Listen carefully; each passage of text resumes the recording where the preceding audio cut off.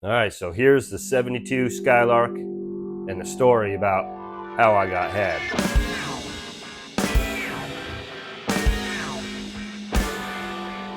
My name's Nick from In-House Restorations, where we take on restorations in the house. This is my 72 Skylark I got about 4 years ago. I've been working on it ever since. Let me tell you, I went out to Miami to go get this car. I was looking for a project car. I saw it on Facebook Marketplace, aka Poor Man's Dreams is what I call it. I saw it and I was like, wow, this car looks like it's got a lot of options that make it close to the GS. I like the GSs. It was a Skylark. The price range was right. It had said the body work was done. The interior looked good. The dash was all together. I was like, ooh, this is a candidate. You know, it was a $4,000 car at the time, $4,500 I think. It was in Miami, and that's about a 2.5 hour drive for us. We talked to the guy. He seemed like a nice guy. Saw pictures of the house. Looked like a nice house that it was coming from. Looked like a reputable family and everything. So we said, let's go. About 45 minutes before our arrival, my wife got in contact with the car owner and said, you know, we're just about there. And then they started talking about how they needed to be somewhere at a certain time, and we needed to be there by a certain time. Maybe other people have come across this too, but now all of a sudden, you're already across the state, and the story is starting to change. So it's like, okay, great. So I get there, and the car is pushed out of the garage, and the back end of the car was kind of back in the bushes almost across the driveway. I thought that was a little peculiar, but either ways, I started looking at the car, and then the owner came out, and he said, I'm late. I only have about 15 minutes or so. I got to finish getting ready. I'm going back in the house. Let me know if you have any questions. This is happening all around Thanksgiving time, and I could see that he was dressed up, and he's loading food into the car, and I was like, oh, okay, maybe this is just all of a sudden a weird situation. It's weird how we made arrangements to do this, but now all of a sudden it's become a rush thing.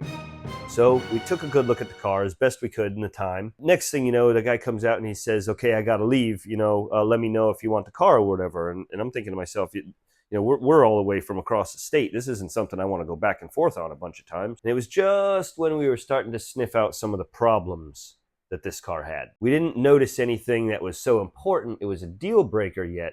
But again, we didn't have but about 15 minutes with this car. So we said yes. Car fired right up. The engine sounded good. I had learned that the transmission didn't have reverse. The interior was pretty nice. Had a tear in the driver's side seat, but other than that, it was all there, the headliner.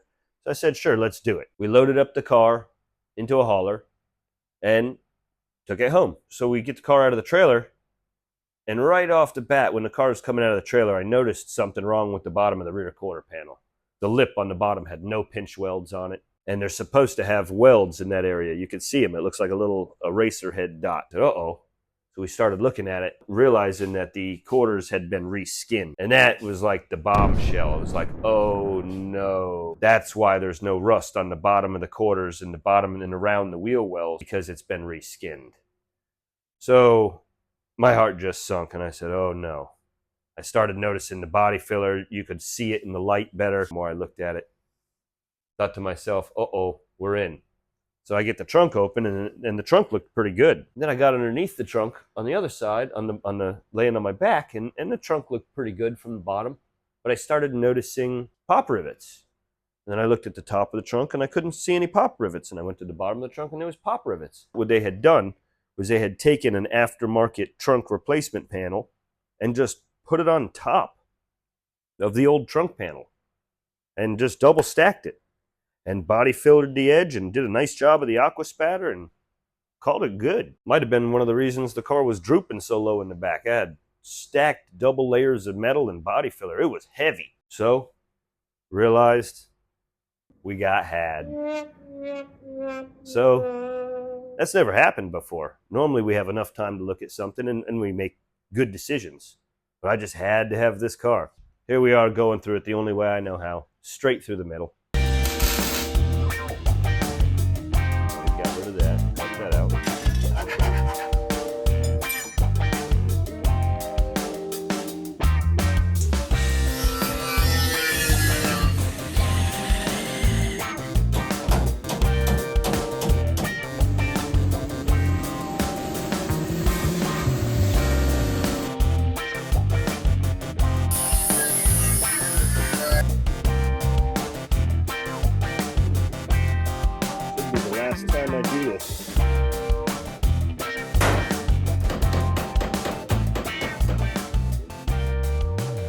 The goal with this was to make an affordable muscle car that you could take to a car show, be proud of, and drive without fear of losing some special one of 50 or something car.